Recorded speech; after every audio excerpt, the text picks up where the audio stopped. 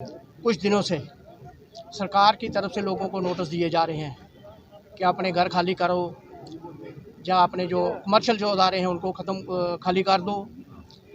उसमें मेरा ये कहना है कि सरकार की तरफ से लोगों को रोज़गार नहीं दिया गया कि अगर वो अपने कमर्शियल जो दुकानें वगैरह वो अगर बंद करेंगे तो अपनी रोज़ी रोटी अपने बाल बच्चों को कैसे पालेंगे। दूसरा, अगर वो अपने घरों को खाली करेंगे तो फिर ये जाएंगे कहाँ। ये उस वक्त 1947 में हम लोगों को ये ज़मीन दी गई। जब 47 की जंग हुई तो हम लोग उजड़े, कोई कहीं चला गया, कोई कहीं चला गया, और हमारे लोगों को इस जगह पर भटिंडी, सूंजवा, ये आसपास के जो इलाके हैं जहाँ पर बसाया गया। और हमारे जो बुज़ुर्ग थे, जब हम बुज़ुर्गों से ये कहते थे कि हमारी ज़मीन क्या है, तो उनका यही कहना होता है कि हमारी मलकीत है।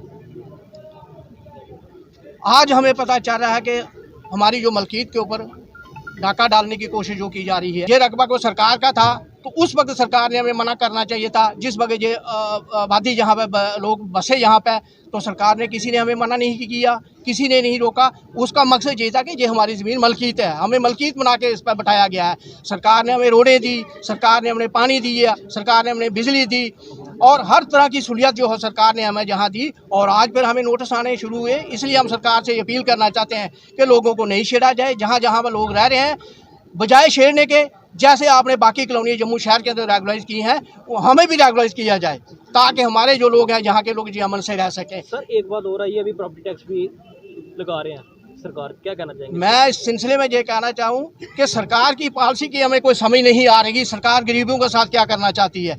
अगर हमारे ऊपर प्रॉपर्टी टैक्स भी लगा दिया गया तो हमारा जीना ये मतलब महाल हो गया है किस्म का। हम चाहते हैं, सरकार से हम जो गुजारिश करना चाहते हैं, ना तो प्रॉपर्टी टैक्स किसी को लगाया जाए, ना यहाँ से किसी को डिस्टर्ब किया जाए। लोग अमन से रह रहे हैं, अमन के ख्वाह हैं। हम हिंदुस्तान के अच्छे शहरी हैं, अच्छे हिंदुस्तान के हम नारे अपना जहाँ गुजर बसर भी कर रहे हैं।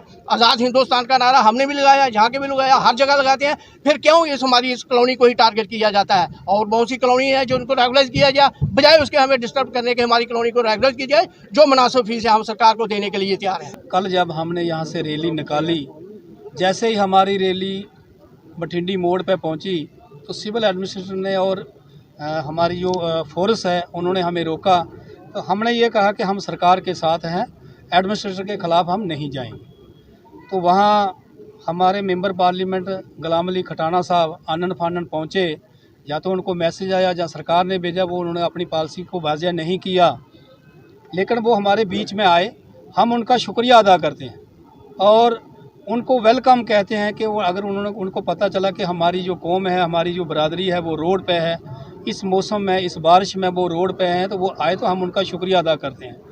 और उन्होंने दूसरा हमारे साथ वो डीसी ऑफिस तक खुद गए और वहाँ जाके उन्होंने डीसी मैडम से बात की। बात करने के बाद डीसी मैडम खुद तो हमें नहीं मिली, लेकिन उन्होंने एडिशन डीसी साहब को और एसडीएम साहब को और तहसीलदार मैडम को हमारे साथ बैठाया। तो बड़ी तफसीलन बात हुई। उन्होंने कहा कि हम 1 कनाल तक जो लोग हैं, जिनके मकान हैं, हम उनको टच नहीं करेंगे। मैं कहा सर, ये तो हमें रिटर्न में कोई है नहीं आर्डर इसका, तो कमर्शियल को हम नहीं छोड़ेंगे। हमने उनको कहा कि जनाब, कमर्शियल भी यहाँ के रहने वाले हैं, वो कोई बाहर के नहीं हैं, वो भी हमारे ही लोग हैं, हमारे ही बहन भाई हैं। अगर किसी ने 5 मरले ज़मीन ली है, उसके नीचे 2 दुकानें डाली हैं, तो ऊपर उसने मकान बनाया है, सेट बनाया है, खुद रह रहा है, तो उसमें परेशानी क्या है। तो अगर आप उसकी नीचे कमर्शियल दुकानें तोड़ देंगे तो मकान कोई पिलर जग के ऊपर थोड़ा खड़ा रहेगा, वो भी गिर जाएगा। तो इसलिए हम ये चीज़ करने नहीं देंगे। अगर ये चीज़ करेंगे तो आप इसका हालात ख़राब हो जाएंगे। इसलिए हम सरकार से आगे गुजारिश करते हैं कि सरकार ने जैसे जम्मू में 22 कॉलोनियाँ रुकलाइज़ की हैं, हमारी सूंजवा, भटिंडी, सेदरा, बजालता, चौधरी को जो भी स्टेट लैंड में है उसको रुकलाइज़ करो।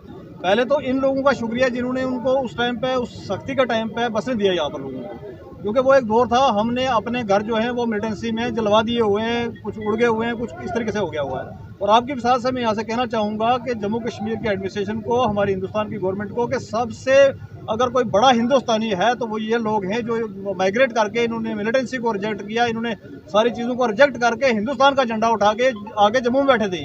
ये लोग कोई मशवरे से वहाँ से नहीं आए थे, ये इसलिए आए थे कि क्योंकि मिलिटेंटों की लिस्टें निकली थी लिस्ट से निकाल के इनको नॉमिनेट किया गया था कि लोगों को मारा जाए, तो वो लोग वहाँ से निकले, वो लोग यहाँ पर आगे बसे। और बाकी जहाँ पर जितने भी आपको इस टाइम पर जो पब्लिक दिख रही है, ये सारे के सारे वो लोग हैं जो लोग 100 साल से यहाँ पर रह रहे हैं। 1947 से पहले के लोग यहाँ पर रह रहे हैं। इन लोगों की सिर्फ एक गलती है, क्योंकि अनपढ़ता के कारण, गुर्बत के कारण 1953 के अंदर जब शेख साहब ने इसको किया था तो उस टाइम पर लोगों को रेगुलाइज कराना था।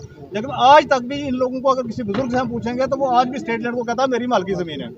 तो वो हमारे एक अनपढ़ता के कारण से, गुर्बत के कारण से नहीं करवा पाए। और उस गलती की सज़ा ये नहीं हो सकती आज के यहाँ पर कम से कम बठिंडी, चिवादी, सुजमा इस एरिया के अंदर कम से कम 5 लाख लोगों की पॉपुलेशन है इस टाइम पर। इन 5 लाख लोगों को घर से बेघर कर दे सरकार, सिर्फ एक गलती की वजह से कि वो जानते नहीं थे इस काम को। तो ये बहुत ही नाजायज़ होगा। हम आपकी विसाल से, एलजी एडमिनिस्ट्रेशन से, एलजी साहब से, यहाँ से होम मिनिस्टर साहब, क्योंकि इस टाइम पर जम्मू कश्मीर स्टेट जो हमारी है वो डायरेक्टली उनके अधीन में आती है, तो होम मिनिस्टर साहब से रिक्वेस्ट करते हैं, गुहार लगाते हैं कि जी इस तरीके का कोई न किया जाए जिससे लोग दरबदर हो जाए। टेक वन अब आपके व्हाट्सएप पर। व्हाट्सएप करिए हाय 9728253663 पर।